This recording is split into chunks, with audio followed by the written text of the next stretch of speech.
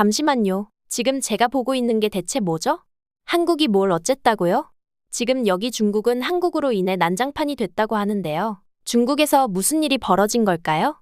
안녕하세요. 저는 왕리밍이라고 합니다. 중국 상하이 출신의 28살 콘텐츠 크리에이터 즉 틱토커입니다. 현재는 팔로워는 100만 명을 넘어섰습니다. 지난 1년간 제 채널에서 가장 많이 다뤘던 주제는 바로 한국이었습니다. 솔직히 말하면 그 영상들은 한국에 대해 대체로 부정적인 시각을 담고 있었습니다. 처음부터 한국에 대한 특별한 반감이 있었던 건 아니었어요. 다만 어린 시절부터 미디어와 온라인을 통해 형성된 단편적인 인식들이 점차 저의 고정관념으로 자리 잡았던 것 같습니다. SNS 알고리즘은 놀라울 정도로 예민했습니다. 자극적인 타이틀이나 논란의 여지가 있는 발언을 담으면 조회수가 급상승했고, 댓글창은 왕리밍이 팩트를 말해줘서 속이 시원하다, 한국의 진짜 모습을 드러내주는 유일한 크리에이터라는 응원 메시지로 가득 찼습니다. 초반에는 이런 반응들이 단순히 기분 좋았지만 시간이 지나면서 그것들이 제 정체성의 일부가 되어갔습니다. 마치 스스로를 진실을 전하는 선구자라고 여기는 환상에 빠져 있었달까요? 객관성을 잃고 비평가로 소비되고 있다는 사실을 당시에는 인지하지 못했습니다. 그러던 중 평소처럼 새로운 영상을 올리고 댓글을 확인하던 날이었습니다. 수많은 알림 속에서 특별히 눈길을 끄는 한 문장이 있었습니다. 직접 경험해보지 않은 나라에 대해 너무 쉽게 판단하는 것 아냐? 특별한 수사나 격양된 감정 없이 던져진 담담한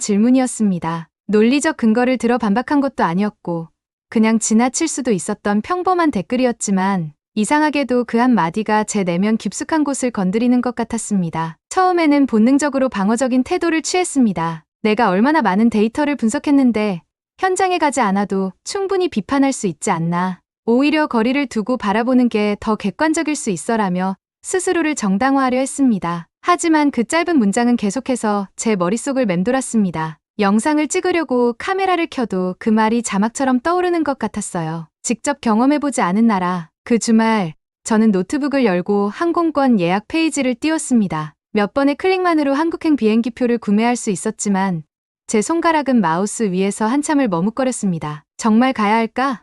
만약 내 생각이 잘못됐다는 걸 알게 되면 어떡하지? 이것은 단순한 여행이 아니었습니다. 제가 지금까지 쌓아온 신념과 자아상이 완전히 뒤집힐 수 있는 모험이었으니까요. 그럼에도 불구하고 저는 결제 버튼을 눌렀습니다. 가슴 한구석이 무거워졌지만 마음은 이미 결정을 내린 상태였습니다. 단, 한 가지 규칙을 정했습니다. 이 여행을 절대 공개하지 않을 것, 아무도 모르게 다녀올 것, 팔로워들에게도 제작진에게도 알리지 않고 개인 연구를 위한 여행이라고만 말했습니다. 촬영 장비는 최소한으로 챙겼고 숙소는 관광객들이 잘 찾지 않는 지역에 잡았습니다. 평범한 여행자로서 그곳에 스며들어 제가 그동안 비판해왔던 진짜 한국의 모습을 직접 마주하고 싶었습니다. 인천공항의 비행기에서 내리자마자 제 눈이 정말 커졌어요. 모든 것이 너무 반짝반짝 깨끗했습니다. 바닥이 너무 잘 닦여 있어서 제 얼굴이 비칠 정도였어요. 이건 제가 기대했던 것과 전혀 달랐죠. 먼저 입국 심사를 받아야 했어요. 중국에서는 보통 시간이 오래 걸려요. 긴 줄에서 기다려야 하고 때로는 직원들이 별로 친절하지 않아요. 하지만 여기 한국에서는 모든 게 빨랐어요. 직원분이 저한테 미소를 지으며 여권을 빠르게 확인해 주셨어요. 불과 몇 분 만에 끝났습니다. 다음으로 제 캐리어를 찾아야 했어요. 안내판에는 한국어,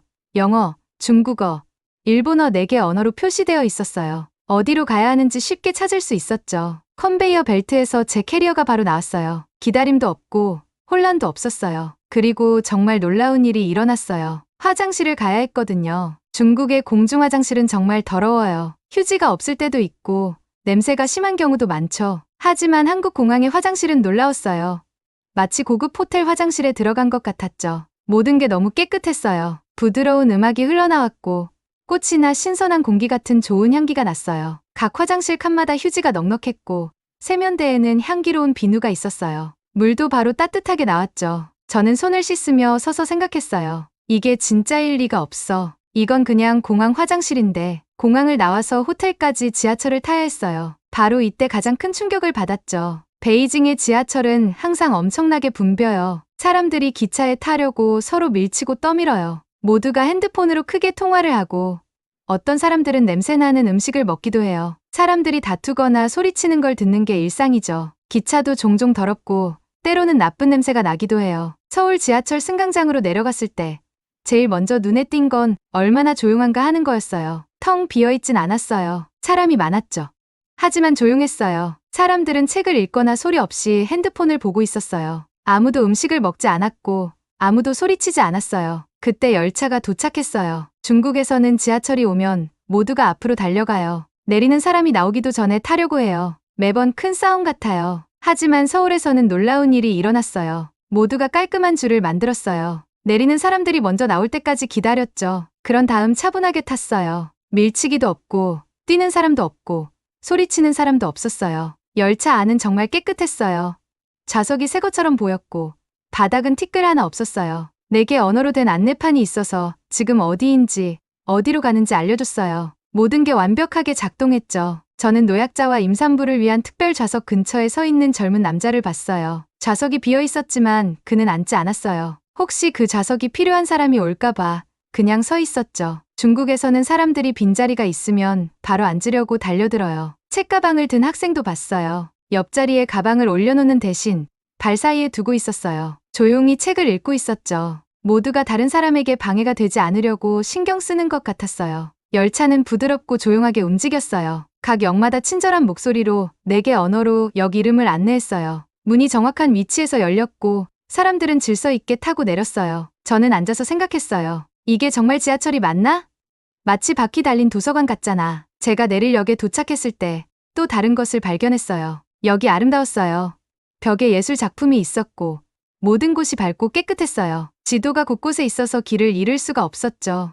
엘리베이터와 에스컬레이터도 모두 제대로 작동했어요. 역 밖으로 나왔을 때 음료와 간식을 파는 자판기를 봤어요. 중국에서는 자판기가 잘 작동하지 않거나 돈만 먹고 물건을 주지 않는 경우가 많아요. 하지만 여기서는 사람들이 쉽게 사용하는 걸 봤어요. 자판기가 매번 완벽하게 작동했죠. 거리에서는 모든 것이 얼마나 질서정연한지 눈에 띄었어요. 차들이 빨간불에 멈춰섰고 사람들은 횡단보도에서 기다렸어요. 아무도 불필요하게 경적을 울리지 않았죠. 인도는 넓고 깨끗했고 곳곳에 식물과 꽃이 있었어요. 호텔 근처에서 작은 식당을 찾았어요. 메뉴에는 사진과 영어 번역이 있었죠. 제가 한국어를 못하는데도 주인분이 미소 지으며 주문을 도와주셨어요. 음식이 빨리 나왔고 정말 맛있었어요. 식당은 작았지만 아주 깨끗했죠. 그날 밤 호텔 침대에 누워서 제가 본 모든 것들에 대해 생각을 멈출 수가 없었어요. 이건 제가 영상에서 묘사했던 한국이 아니었어요. 가난하고 뒤처진 나라가 아니었죠. 모든 것이 현대적이고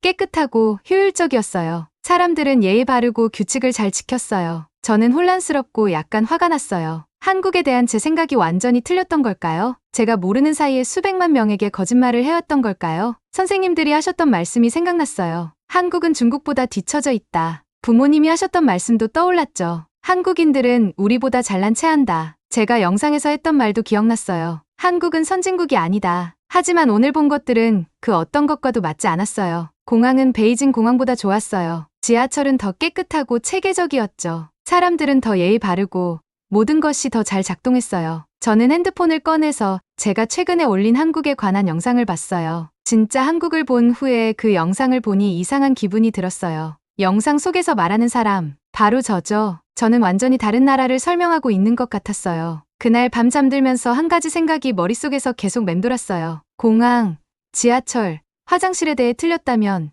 또 뭘 더 잘못 알고 있었을까? 다음 날, 저는 저녁에 조용한 동네를 걷고 있었어요. 그때 제가 멈춰 서서 바라보게 만든 무언가를 발견했어요. 안에 밝은 불빛이 켜진 작은 가게였는데 뭔가 이상했어요. 간판에는 한국어와 영어로 24시간 무인 편의점이라고 쓰여 있었죠. 유리문을 통해 상품이 가득한 진열대가 보였지만 직원은 보이지 않았어요. 문을 밀고 들어갔어요. 가게는 밝고 깨끗했어요. 과자, 음료수, 컵라면, 신선한 과일, 심지어 바로 먹을 수 있는 따뜻한 음식까지 있었죠. 모든 상품이 진열대에 완벽하게 정리되어 있었어요. 하지만 카운터 뒤에는 아무도 없었어요. 경비원도 없고 계산원도 없고 아무도 없었죠. 중국에서도 이런 가게를 시도해봤어요. 하지만 항상 실패했죠. 사람들이 물건을 훔쳐가곤 했거든요. 어떤 사람들은 기계를 부수기도 했고 또 다른 사람들은 가게를 어지럽혔어요. 그래서 결국 경비원을 고용하거나 많은 카메라를 설치했죠. 결국에는 진짜 무인 가게가 아니게 되어버렸어요. 20대쯤 되어 보이는 남자가 들어오는 걸 지켜봤어요. 그는 채소와 물 한 병을 집었어요. 그리고 큰 컴퓨터 화면처럼 생긴 기계로 걸어갔죠. 물건을 스캔하고 휴대폰을 기계에 대고 그냥 나갔어요. 그게 다였어요. 다음으로 2명의 여고생이 들어왔어요. 우유와 샌드위치를 골라서 기계에서 계산하고 나갔어요. 그들은 불안하게 주위를 둘러보지 않았고 누가 보고 있는지 확인하지도 않았어요. 그냥 물건을 사고 나갔죠. 저는 놀라웠어요. 중국에서는 만약 직원이 없는 가게가 있다면 사람들이 아무도 안 보니까 돈을 안 내도 되겠다고 생각할 수도 있어요. 하지만 여기서는 모두가 그냥 평범하게 계산을 했어요. 마치 돈을 내지 않을 거라는 생각 자체를 하지 않는 것처럼요. 저도 녹차 한 병과 주먹밥을 골랐어요. 기계에는 한국어, 영어, 중국어로 설명이 있었죠. 물건을 스캔하고 신용카드로 결제하고 영수증을 받았어요. 정말 쉬웠어요. 가게를 나오면서 신뢰에 대해 계속 생각했어요. 중국에서는 늘 아무도 지켜보지 않으면 사람들을 믿을 수 없다고 말해요. 하지만 여기 한국에서는 사람들이 서로를 자연스럽게 신뢰하는 것 같았어요. 다음 날 호텔 근처에서 카페를 찾았어요. 들어가 보니 직원은 2명뿐인데 카페는 꽤 컸습니다. 어떻게 이렇게 많은 손님을 상대할 수 있을까요? 그 이유를 곧 알게 됐어요. 모든 테이블에 태블릿 컴퓨터가 있었거든요. 손님들은 태블릿으로 메뉴를 보고 원하는 걸 고르고 바로 거기서 결제했어요. 줄을 서거나 종업원을 부를 필요가 없었죠. 주문한 음료가 준비되면 테이블에 있는 작은 기기가 진동하며 불이 들어왔어요. 카운터로 가서 커피를 받아오면 끝이었죠. 간단하고 빨랐어요. 카페는 사람들로 가득했지만 조용하고 평화로웠어요. 모두가 노트북으로 일하거나 책을 읽거나 친구들과 조용히 대화를 나누고 있었죠. 2명의 직원은 그저 커피를 만들고 청소만 했어요. 주문을 받거나 돈을 다룰 필요가 없었죠. 저도 태블릿으로 아이스 아메리카노를 주문했어요. 몇 분 후에 제 기기가 진동했죠. 커피를 받아서 창가 자리에 앉았어요. 앉아있으면서 이게 중국과 얼마나 다른지 생각했어요. 중국 카페에서는 긴 줄을 서서 기다려야 할 때가 많아요. 때로는 직원들이 주문을 잘못 받기도 하죠. 시끄럽고 혼란스럽습니다. 하지만 여기서는 기술이 모든 것을 매끄럽고 쉽게 만들어줬어요. 그 주 후반에 저는 갑자기 몸이 아프게 됐습니다. 목이 아프고 콧물이 나고 열이 났어요. 중국에서는 아플 때 병원에 가는 게 큰일이에요. 몇 시간을 기다려야 할 수도 있죠. 병원은 붐비고 시끄러워요. 때로는 의사를 보려고 사람들과 다퉈야 할 때도 있어요. 하지만 약이 필요했기 때문에 호텔 근처의 작은 병원을 찾았어요. 들어갔을 때 또 한 번 놀랐어요. 병원은 깨끗하고 조용했죠. 접수처에 컴퓨터가 있었어요. 간호사가 미소를 지으며 여권을 요청했어요. 컴퓨터에 정보를 입력하고 번호표를 주며 기다리라고 했죠. 10분 정도만 기다리니 의사가 저를 불렀어요. 진료실에는 제 정보가 뜬 큰 컴퓨터 화면이 있었어요. 의사가 증상을 물어보고 모든 것을 컴퓨터에 입력했습니다. 그러고는 영어와 중국어로 설명이 적힌 처방전을 인쇄해줬어요. 전체 진료가 1시간도 안 걸렸어요. 약국은 바로 옆에 있었고 병원과 연결되어 있었죠. 약을 빠르고 쉽게 받을 수 있었어요. 약사가 약 복용법을 설명해 주었고 포장에도 모든 게 명확하게 쓰여 있었어요. 약을 들고 호텔로 돌아가면서 모든 것이 얼마나 다른지 계속 생각했어요. 한국에서는 기술이 단순히 과시용이나 현대적으로 보이기 위한 것이 아니었어요. 사람들의 삶을 더 편하게 만들기 위한 것이었죠. 시간을 절약하고 스트레스를 줄이기 위한 것이었어요. 그날 밤, 저는 노트에 목록을 작성했어요. 무인 가게, 완벽하게 작동했고 사람들은 정직했다. 카페 시스템, 빠르고 효율적이며 혼란이 없었다. 병원, 신속하고 체계적이며 명확한 안내가 있었다. 목록 아래에 이렇게 적었어요. 한국은 기술을 단순히 선진국처럼 보이기 위해서가 아니라 사람들을 돕기 위해 사용한다. 그날 중요한 것을 깨달았어요. 제 영상에서 저는 항상 한국이 현대적으로 보이려고 너무 애쓴다고 말했죠. 하지만 실제로 보니 한국은 다른 나라의 그 어떤 도시보다 가장 현대적이었습니다. 더 중요한 건 한국 사람들의 시민의식이었습니다. 남에게 피해를 주지 않으려 애쓰는 모습, 물건을 가져가지 않는다는 서로 간의 신뢰, 너무나 친절하고 빨랐던 의료진들, 중국과 비교가 되어 점점 부끄러워지는 제 자신을 발견하게 되었습니다. 그날 밤 침대에 누워 약을 먹으면서 모든 것이 얼마나 쉬웠는지에 감사함을 느꼈어요. 베이징에서 아팠다면 하루 종일 병원에서 보냈을지도 몰라요. 여기서는 이미 기분이 나아지고 있었고 시간도 거의 낭비하지 않았죠. 저는 한국이 제가 예상했던 것과 단순히 다른 게 아니라 여러 면에서 더 나았다는 걸 이해하기 시작했어요. 서울에서의 2번째 주였어요. 저는 북촌이라는 아름다운 전통 동네에서 영상을 찍고 있었죠. 그곳의 집들은 끝이 위로 올라간 전통 한옥 지붕을 가지고 있었어요. 좁고 구불구불한 길가에는 공예품과 차를 파는 작은 가게들이 있었죠. 사진을 찍고 영상을 찍느라 너무 바빴던 탓에 재앙이 닥친 것도 몰랐어요. 제 지갑이 주머니에서 떨어졌거든요. 점심을 먹으려고 멈춰 서서 지갑을 찾으려다가 그제야 알아차렸어요. 심장이 쿵 하고 내려앉았죠. 지갑이 없었어요.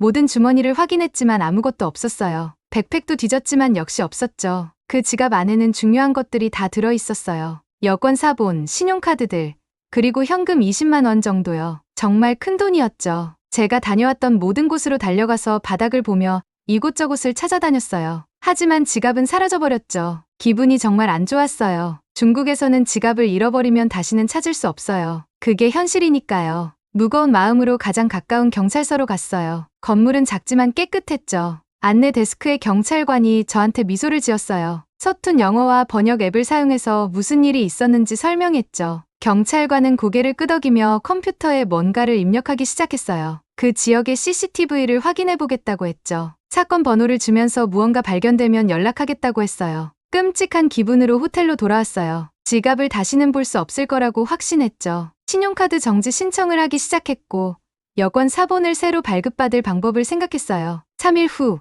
전화가 울렸어요. 경찰서였죠. 심장이 빠르게 뛰기 시작했어요. 경찰관이 한국어로 뭔가 말하더니 영어로 전환했어요. 지갑을 찾았습니다. 경찰서로 오세요. 믿을 수가 없었어요. 이게 실수일지도 모른다는 생각으로 급히 경찰서로 달려갔어요. 하지만 정말로 거기 있었죠. 제 지갑이 카운터 위에 놓여 있었어요. 경찰관이 미소를 지으며 건네주었죠. 떨리는 손으로 지갑을 열었어요. 모든 것이 그대로 있었어요. 모든 신용카드, 모든 종이 조각, 심지어 현금까지. 단 1원도 사라지지 않았죠. 너무 놀라서 경찰관에게 물었어요. 이런 일이 자주 일어나나요? 사람들이 정말 잃어버린 지갑을 돌려주나요? 그는 미소를 지으며 간단히 말했어요. 네, 대부분의 분실물이 여기로 돌아옵니다. 저는 지갑을 들고 서서 가슴속에서 이상한 감정을 느꼈어요. 마치 제가 세상을 이해하던 방식 전체가 바뀌는 것 같았죠. 중국에서는 늘 물건을 잃어버리면 영원히 사라진 것이다라고 말해요. 하지만 여기 한국에서는 사람들이 현금이 들어있는 지갑도 돌려줬어요. 다음 날 또 다른 놀라운 경험을 했어요. 공원에 앉아 햇살을 즐기고 있었죠. 습관적으로 휴대폰으로 와이파이 네트워크를 확인했어요. 놀랍게도 서울 공공 와이파이가 있더군요. 접속을 시도했는데 양식을 작성하거나 돈을 내야 할 줄 알았어요. 하지만 아니었죠. 바로 연결됐어요. 그냥 무료 인터넷이었어요. 속도를 테스트하려고 유튜브를 열었어요. 영상이 즉시 로딩됐죠. 버퍼링도 없고 기다릴 필요도 없었어요. 충격이었어요. 중국에서는 유튜브 같은 많은 웹사이트가 차단되어 있어요. VPN이라는 특별한 프로그램이 필요하고 그마저도 느리고 때로는 불법이죠. 하지만 여기 공원에서는 원하는 어떤 영상이든 볼 수 있었어요. 지메일도 확인할 수 있었고 어떤 웹사이트든 둘러볼 수 있었죠. 그냥 공원 벤치에 앉아서 모든 게 무료였어요. 오후 내내 거기 앉아서 무료 와이파이로 노트북으로 영상 편집을 했어요. 연결이 느려지지도 않았죠. 베이징에서 돈 내고 쓰는 인터넷보다 더 빨랐어요. 작업하면서 주변 사람들을 지켜봤어요. 할아버지가 손주들과 영상통화를 하고 계셨고 학생은 온라인 수업을 듣고 있었어요. 어머니는 아이에게 교육 영상을 보여주고 있었죠. 모두가 세상에서 가장 당연한 일인 것처럼 무료 인터넷을 자연스럽게 사용하고 있었어요. 그날 중요한 것을 깨달았어요. 한국에서는 정부가 모든 사람이 사용할 수 있는 무료 고속 인터넷을 제공해요. 웹사이트를 차단하지 않고 무엇을 보는지 감시하지도 않아요. 그냥 인터넷을 제공하고 책임감 있게 사용할 거라고 믿어주는 거죠. 그날 저녁, 저는 노트에 또 다른 목록을 작성했어요. 잃어버린 지갑이 모든 내용물과 함께 돌아왔다. 경찰이 도움이 되고 효율적이었다. 어디에나 무료 공공 와이파이가 있다. 웹사이트 차단이 없다. 빠른 인터넷 속도. 사람들이 서로를 신뢰한다. 목록 아래에 이렇게 적었어요. 한국은 신뢰 위에 세워졌다. 한국인들이 이기적이고 돈만 밝힌다고 말했던 제 모든 영상들을 생각했어요. 제가 얼마나 틀렸던가요? 여기에 한국 사회가 정직과 신뢰를 바탕으로 한다는 증거가 있었어요. 그날 밤 침대에 누워서 계속 지갑에 대해 생각했어요. 중국에서는 잃어버린 지갑을 돌려받을 거라고 절대 기대하지 않아요. 하지만 한국에서는 이게 일상이었죠. 경찰관은 전혀 놀라지 않았어요. 그에게는 그저 평범한 하루였던 거예요. 인터넷 자유에 대해서도 생각했어요. 중국에서는 특정 웹사이트에 접속할 수 없는 게 익숙해요. 정부가 우리가 온라인에서 볼 수 있는 것을 결정한다는 걸 받아들이죠. 하지만 한국에서는 정보가 자유롭게 흘렀어요. 사람들은 원하는 어떤 것이든 배울 수 있었죠. 이런 경험들이 제가 알고 있다고 생각했던 모든 것에 의문을 던지게 했어요. 한국인들이 부정직하다는 것에 대해 제가 틀렸고, 한국이 기술적으로 뒤처졌다는 것에 대해 틀렸다면 또 무엇을 잘못 알고 있었을까요? 휴대폰을 들어 제 틱톡 계정을 봤어요. 한국을 비판하는 모든 영상들이 이제는 너무 어리석어 보였어요. 저는 수백만 명의 사람들에게 한국이 나쁜 나라라고 말해왔지만 한 번도 여기 와서 직접 보지 않았던 거예요. 그날 밤 저는 결심했어요. 중국으로 돌아가면 새로운 영상을 만들 거예요. 정직한 영상을요. 한국에서 발견한 진실을 말하는 영상을요. 쉽지 않을 거예요. 팔로워들이 화를 낼 수도 있고 저를 배신자라고 부를 수도 있어요. 하지만 더 이상 거짓말을 퍼뜨릴 수는 없었어요. 제가 보고 경험한 모든 것들 후에는 말이죠. 잠이 들면서 긴장되면서도 설레는 마음이 들었어요. 내일이 한국에서의 마지막 날이에요. 이 나라가 저에게 또 어떤 놀라움을 준비하고 있을지 궁금했어요. 베이징으로 돌아왔을 때 저는 완전히 다른 사람이 된 것 같았어요. 제 아파트는 똑같았고 컴퓨터도 같은 자리에 있었죠. 하지만 저는 변했어요. 3일 동안 컴퓨터 앞에 앉아서 화면만 바라봤어요. 영상 편집 프로그램을 열었다가 닫고 또 열었다가 닫기를 반복했죠. 도저히 작업을 시작할 수가 없었어요. 책상 위에는 한국에서 적어온 모든 메모들이 있었어요. 제가 보고 배운 것들로 가득한 수십 장의 종이들이요. 그걸 볼 때마다 속이 꽉 막히는 느낌이 들었어요. 무엇을 해야 하는지 알고 있었어요. 진실을 말해야 했죠. 하지만 무서웠어요. 제 모든 성공은 한국을 비판하는 데서 왔어요. 팔로워들은 제가 한국에 대해 나쁜 말을 할 때 좋아했죠. 그런 영상들이 수백만 조회수를 기록했고 저를 유명하게 만들었어요. 돈도 벌게 해줬죠. 만약 한국에 대한 정직한 영상을 만든다면 어떻게 될까요? 팔로워들이 저를 미워할까요? 제 영상을 그만 볼까요?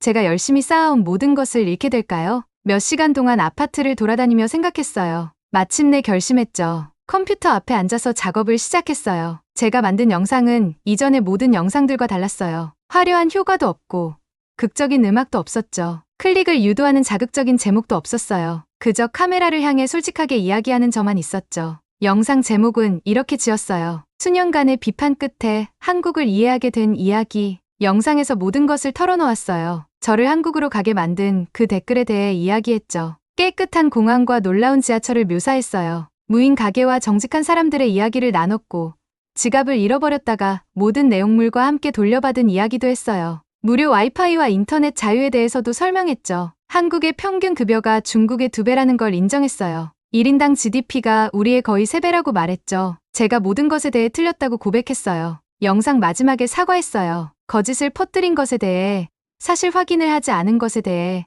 한 번도 가보지 않은 나라를 판단한 것에 대해 미안하다고 했죠. 업로드 버튼을 클릭할 때 손가락이 떨렸어요. 그리고 기다렸죠. 댓글이 즉시 달리기 시작했어요. 그리고 화가 난 댓글들이었죠. 리밍, 무슨 일이 있었어요?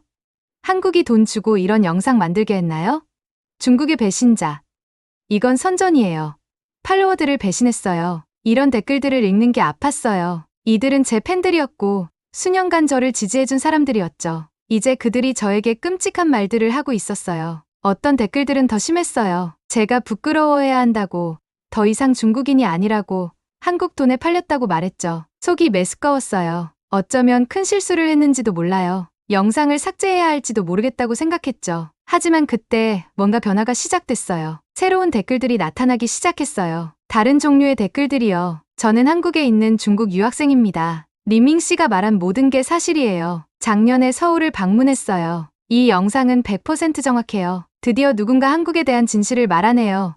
정직해주셔서 감사합니다. 용기가 필요했을 텐데요. 점점 더 많은 긍정적인 댓글들이 달렸어요. 한국에 살았던 중국인들, 방문했던 관광객들, 심지어 중국에 사는 한국인들까지요. 모두가 제가 말한 것을 확인해줬어요. 한 댓글에 눈물이 났어요. 저는 서울에서 공부하는 중국 유학생입니다. 한국이 얼마나 좋은지 가족에게 말하기가 두려웠어요. 배신자라고 할까봐요. 용기 내어 말해주셔서 감사합니다. 이제 이 영상을 가족들과 공유할 수 있어요. 며칠 동안 놀라운 일이 일어났어요. 영상이 입소문을 탔는데 예전 영상들과는 다른 방식으로요. 사람들이 단순히 보는 것에 그치지 않고 진지하게 토론하기 시작했어요. 다른 중국 콘텐츠 크리에이터들이 반응 영상을 만들기 시작했어요. 일부는 저를 공격했지만 다른 이들은 저를 옹호했죠. 사람들이 자신의 한국 경험을 공유하기 시작했어요. 제 받은 편지함이 메시지로 가득 찼어요. 많은 메시지가 화가 나 있었지만 많은 메시지가 지지해주는 내용이었죠. 사람들이 눈을 뜨게 해줘서 고맙다고 했어요. 어떤 이들은 한국이 중국 언론이 보여주는 것과 다르다는 걸 항상 의심했다고 말했죠. 한 메시지가 특히 눈에 띄었어요. 처음부터 당신의 팔로워였습니다. 처음에는 한국 영상에 화가 났어요. 하지만 3번을 보고 나서 당신이 옳다는 걸 깨달았죠. 잘못을 인정하려면 큰 사람이 되어야 해요. 존경을 얻으셨습니다. 일주일 후 예상치 못한 일이 일어났어요. 한국 신문이 제 영상에 대해 기사를 썼습니다. 편견에서 이해로 한 중국 인플루언서의 여정이라는 제목이었어요. 그 기사가 중국어로 번역되어 널리 공유됐어요. 곧 한국 사람들도 댓글을 달기 시작했어요. 한국에 공정한 기회를 줘서 고맙다고 했죠. 어떤 이들은 다시 방문해서 더 많은 것을 보라고 초대했어요. 영상이 계속 퍼져나갔어요. 제 영상 중 가장 많이 본 영상이 됐죠. 자극적이어서가 아니라 정직해서요. 3개월 후 채널 통계를 확인했어요. 팔로워 일부를 잃었어요. 하지만 새로운 팔로워들을 얻었죠. 더 중요한 건 새 영상들의 댓글이 달라졌다는 거예요. 사람들이 제가 하는 모든 말에 동의하는 게 아니라 진짜 토론을 하고 있었어요. 다른 종류의 영상을 만들기 시작했어요. 나라를 비판하는 대신 질문을 던졌죠. 모든 걸 안다고 주장하는 대신 모를 때는 모른다고 인정했어요. 시청자들에게 여행하고 직접 보고 열린 마음을 가지라고 격려했죠. 어느 날 저를 미소 짓게 만든 이메일을 받았어요. 한 시청자가 보낸 거였죠. 당신의 한국 영상 덕분에 열린 마음으로 한국을 방문하기로 했어요. 가보지 않은 곳을 판단하지 말라고 가르쳐 주셔서 감사합니다. 지금 돌이켜보면 한국 여행이 단순히 한 나라에 대한 제 시각만 바꾼 게 아니라는 걸 깨달아요. 세상을 보는 방식을 바꿨죠. 이런 것들을 가르쳐 줬어요. 듣는 모든 것을 믿어서는 안 된다. 직접 보는 것이 중요하다. 잘못을 인정하는 것은 약함이 아니라 강함의 표시다. 때때로 여전히 한국 영상에 대한 부정적인 댓글을 받아요. 어떤 사람들은 제가 마음을 바꾼 것을 절대 용서하지 않을 거예요. 하지만 괜찮아요. 저는 옳은 일을 했다는 걸 알아요. 한 번도 가보지 않은 나라에 대해 어떻게 그렇게 말할 수 있나요? 라는 그 댓글 하나가 저를 놀라운 여정으로 이끌었어요. 제가 알고 있다고 생각했던 모든 것에 의문을 갖게 만들었죠. 제 편견을 마주하게 강요했어요. 그리고 결국 저를 더 나은 사람으로 만들었어요. 한국 여행은 단 2주뿐이었지만 배운 교훈은 영원히 남을 거예요. 그리고 가장 중요한 교훈은 불편하더라도 항상 진실을 추구하라는 거예요. 자신이 틀렸다는 걸 인정해야 할 때라도요. 결국 가장 중요한 건 진실이니까요. 그 한국 영상을 올린 지 6개월이 지났어요. 이제 저는 완전히 다른 크리에이터가 되었습니다. 예전에는 논란과 비판으로 주목받았지만 이제는 객관성과 공정함으로 인정받고 있어요. 재미있는 일이 일어났습니다. 한국 정부에서 제게 연락이 왔어요. 글로벌 청년 문화교류 프로그램에 초청하고 싶다는 거였죠. 처음에는 망설였어요. 제가 한국을 비판했던 사람이라는 걸 그들도 알고 있을 텐데 왜 저를 초청할까요? 나중에 알게 된 사실이지만 바로 그 점 때문이었어요. 편견을 극복하고 진실을 말할 용기를 보여준 제 모습이 프로그램의 취지와 잘 맞았다고 했습니다. 한국은 자신들의 약점을 숨기려 하지 않았어요. 오히려 솔직한 비판과 대화를 환영했죠. 프로그램을 통해 한 달간 한국에 머물렀습니다. 이번에는 숨지 않았어요. 다양한 사람들을 만나고 강연도 하고 젊은 크리에이터들과 교류했죠. 그때 깨달았어요. 한국의 진짜 힘은 첨단 기술이나 깨끗한 거리가 아니라는 것을요. 한국의 힘은 성장과 개선에 대한 열정이었습니다. 실수를 인정하고 더 나아지려고 노력하는 자세였어요. 비판을 두려워하지 않고 오히려 그것을 발전의 기회로 삼는 문화였죠. 제가 만난 한국 젊은이들은 자국의 문제점도 솔직히 이야기했습니다. 취업 문제, 주거 비용, 사회적 압박감. 하지만 그들은 불평만 하지 않았어요. 해결책을 찾으려 노력하고 더 나은 미래를 만들려고 했죠. 가장 인상 깊었던 건 한 할머니와의 만남이었어요. 그분은 6.25 전쟁을 겪으셨다고 했습니다. 그때는 정말 아무것도 없었어요. 하지만 우리는 포기하지 않았죠. 할머니의 눈가에 눈물이 맺혔어요. 지금의 한국을 볼 때마다 기적이라고 생각해요. 우리가 해냈다는 게 믿기지 않아요. 그 순간 깨달았습니다. 한국의 발전은 단순한 경제 성장이 아니었어요. 폐허에서 일어선 한 민족의 의지와 열정의 결과였죠. 그들은 시련을 딛고 일어섰고 계속해서 더 나은 내일을 꿈꿨어요. 이제 제 채널은 상호 이해의 다리가 되었습니다. 중국 시청자들에게 진짜 한국을 보여주고 한국 시청자들에게는 진짜 중국을 소개해요. 서로를 이해하면 편견은 자연스럽게 사라진다는 걸 배웠으니까요. 얼마 전 한 팔로워가 이런 메시지를 보냈어요.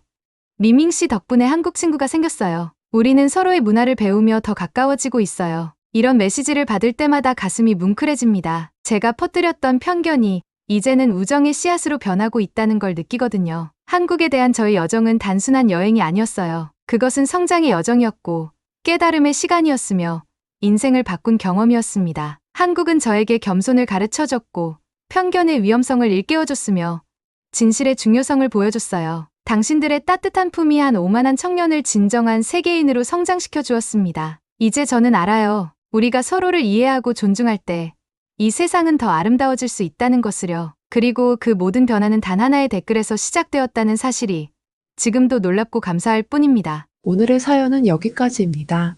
끝까지 시청해주셔서 감사합니다. 1초 만에 클릭할 수 있는 구독과 좋아요는 저에게 너무 큰 힘이 됩니다. 감사합니다.